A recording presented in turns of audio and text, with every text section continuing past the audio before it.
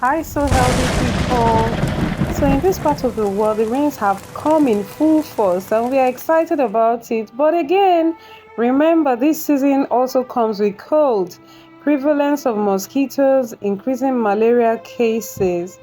But nature has given us easy ways to stay healthy during this season. This tea combination is one that you can take for the prevention of diseases, boosting your body's immune system, and even enjoy more antioxidants.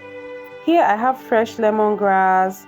The aroma is really nice and powerful. This is pawpaw leaves. The particular one is known as the male type because it doesn't produce fruits. You'll only see the flowers and they never go beyond that. They also are known to be very good for blood sugar regulation, supporting the liver and kidney to clear toxins out of the body. And it really helps men when it comes to bedroom matters. I add garlic, ginger to increase the nutritional strength of this tea.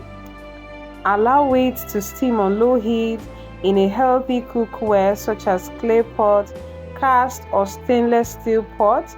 After 10 minutes, your tea is ready. You will notice a fresh level of vigor within you as you take the tea. By the next morning, men can notice a different feeling of wellness as a man with a morning wood to show.